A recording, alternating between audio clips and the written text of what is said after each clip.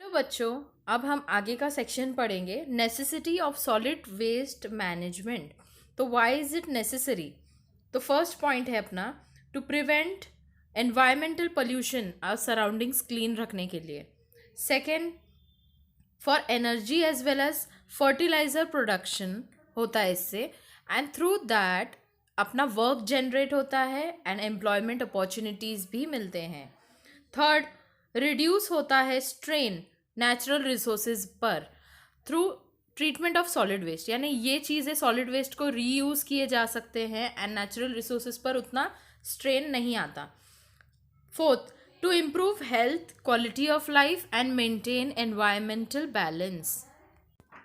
It is the need of the hour to implement solid waste management practices ताकि हम avoid कर सके possible problems due to solid waste generated from urban and industrial areas, और maintain कर सके हम clean environment को। For this purpose we should implement measures like increasing the efficiency, बढ़ा देनी चाहिए प्रोडक्शन की processes so that minimum waste generate हो, reducing garbage production by recycling and reuse of waste materials. Now, separation and categorization of waste, scientific and eco friendly waste management हम देखेंगे। First तो पहला होता है कंपोस्टिंग, सेकंड लैंडफिल की जाती है, then third is vermi composting. जो इंडस्ट्रियल वेस्ट होता है मैनेजमेंट उसका किया जाता है by landfilling. Next is pyrolysis, यानी एनर्जी प्रोड्यूस कर सकते हैं जैसे कि biogas, bio electricity. Biomedical waste management, incineration. Principles of solid waste management, पहला है रीयूज। आफ्टर यूज मटेरियल्स इनका रीयूज किया जाना है with proper purposes, for some proper purposes. Refuse कर देना चाहिए कुछ आर्टिकल्स को जो नॉन डिग्रेडेबल है, like plastic and thermocol. Recycle, production of useful articles by recycling solid waste, example paper और ग्लास को रिसाइकल करके यूज किया जा सकता है। रीथिंक, हमें रीथिंकिंग करनी चाहिए अपने हैबिट्स की, habitual activities, what ever consequences उसके होंगे उस बारे में सोच के आर्टिकल्स को डेली यूज़ करना चाहिए।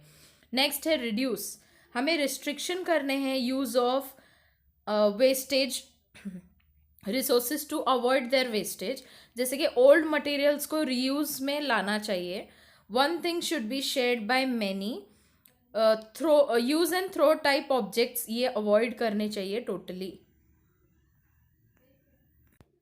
Research, conducting research related to reuse of materials. Regulation and public awareness, कुछ laws and rules related to waste management to motivate people to follow the rules. America जो है लार्जेस्ट प्रोड्यूसर ऑफ इलेक्ट्रिसिटी है from solid waste.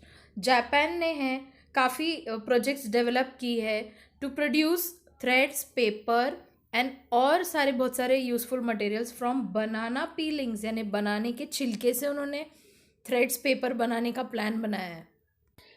Waste degrade होने के लिए कितना time period लगता है वो देखेंगे। यहाँ वेस्ट मटेरियल है और यहाँ पे टाइम रिक्वायर्ड, तो बनाना पीलिंग्स के लिए 3 to 4 weeks, cloth bags 1 month, rags 5 months लगते हैं, वुलन के सॉक्स को 1 year लगता है, वुड को 10 to 15 years, लेदर बैग को 40 to 50 years, tin cans require 100 years, 50 to 100, aluminium cans ये तो ज़्यादा है 200 to 250 years।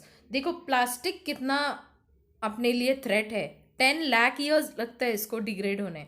Thermocol, styrofoam cup, इसको इन्फिनाइट ड्यूरेशन है।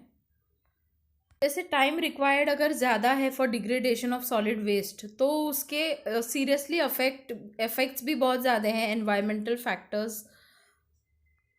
We can see the very nice method here. The wet waste is produced here, dry waste यहीं पे हमने घर से बच्चों को समझा के अलग अलग बिन्स तैयार किए हैं।